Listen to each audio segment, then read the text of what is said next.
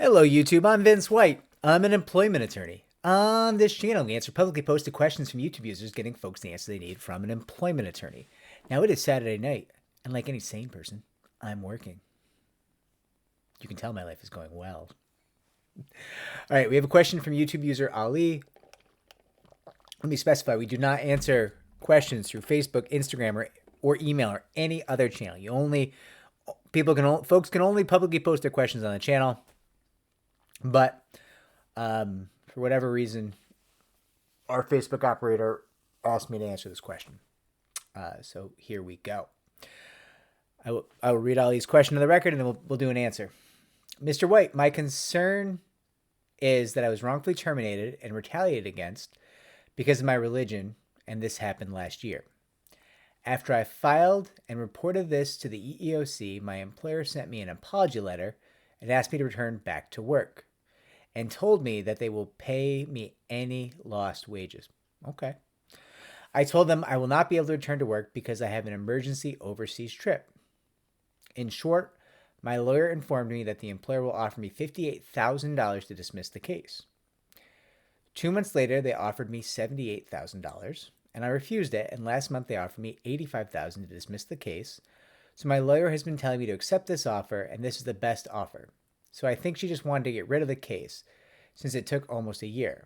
My question is, do you think this is a good offer? Do you think I should try to take this to court? I'm willing to pay you online to see your opinion. No need. This is free. $85,000 is their final offer. That is what my lawyer told me. Also, my lawyer will take a third of this amount. Okay, Ali, I can't tell you necessarily if it's a good deal or not because I don't know some key information like what happened to you, how bad the discrimination was, what kind of emotional turmoil you went through, what was done to you.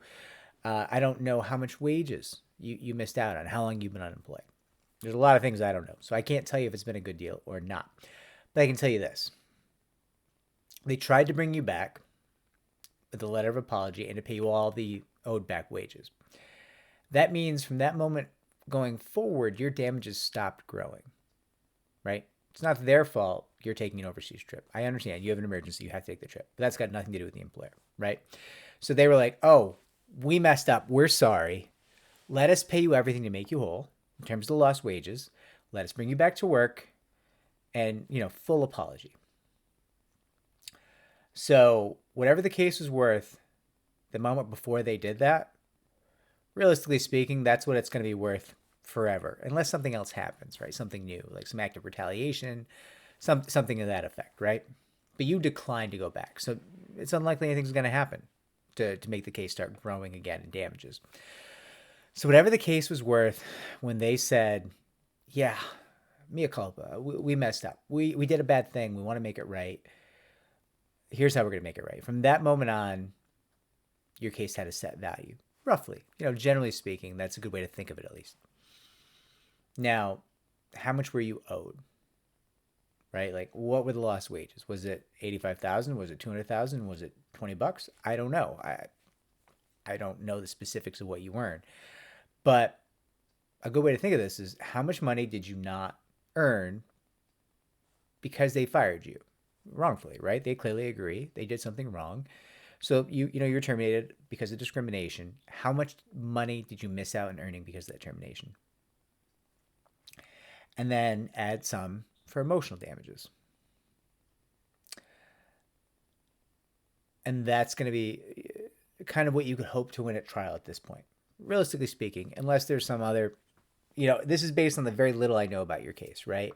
So you have a lawyer that you hired and presumably you trust that lawyer. And you hired that attorney for a reason. And, there's something you like about that lawyer. That attorney knows a lot more about your case than I do. They can give you better advice. But it does seem like maybe you're not so sure. So here's what I'll say. I don't know how long you're unemployed for. I don't know how big you earn, right? If you're making 10 grand an hour, this is a terrible deal. But statistically speaking, based on how much the average worker in the United States earns, there's a very good chance that if you were unemployed for, let's say, a year, your damages grew for about a year, and they're trying to pay you $85,000, I don't know what happened to you, right? I mean, so you're saying your religion. I don't even know which faith you're referencing, but it's gonna, it's gonna depend. There's a spectrum of what people can do, and it can range from physical violence, attempted murder. Sometimes, like that happens in employment cases and employment discrimination. It happens, believe it or not. Physical assaults, horrible things, down to like,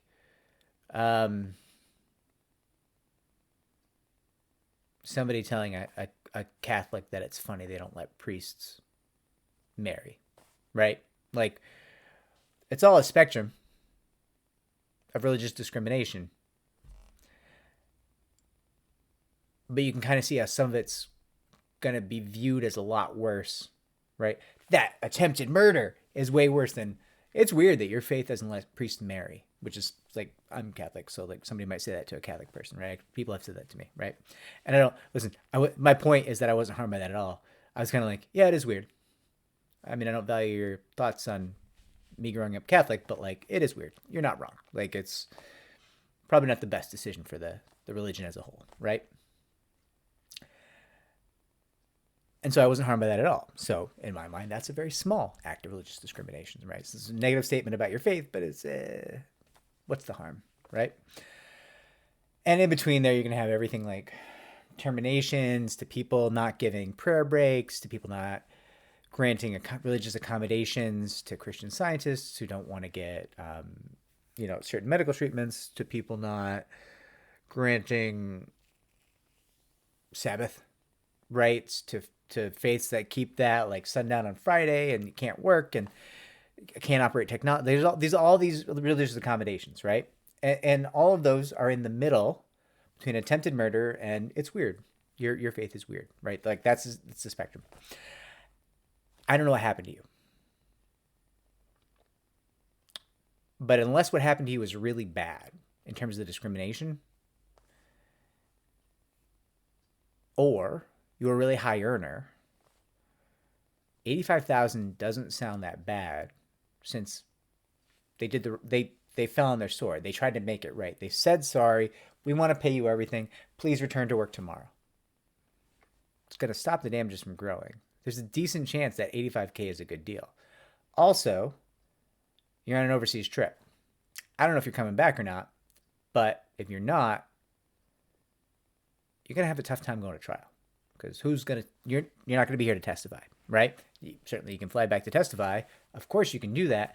I don't know if that's in your plans or not. So that's a big consideration as well.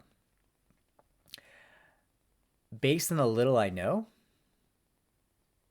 about the situation, I have a vague inkling that this attorney might be doing right by you. I don't know the details, and I tried to talk about how the details would alter this calculation, because I'm at best guesstimating from inadequate information, right? But it seems like this might be a pretty good deal. And that attorney taking a third, that seems light. It's a little bit cheap for an employment attorney, if I'm being honest. So, if she's great and you trust her, I don't really necessarily see any reason not to continue to trust her unless there's something else going on. If you comment on this video, I can try to make you follow up. But based on what you're telling me, like, this sounds pretty good. The only thing I'm going to say that might go to the contrary is they're clearly eager to get this deal done, right? They offered you 58, you passed. They offer you 78, you pass. They offer you 85, kind of like every 2 months they're making you another offer. Like they want a settlement. They want to pay you. They want to be done. That might mean there's more money to be had, but everything else here seems to point towards the idea it might be a good deal. So, Ali, I hope this helps.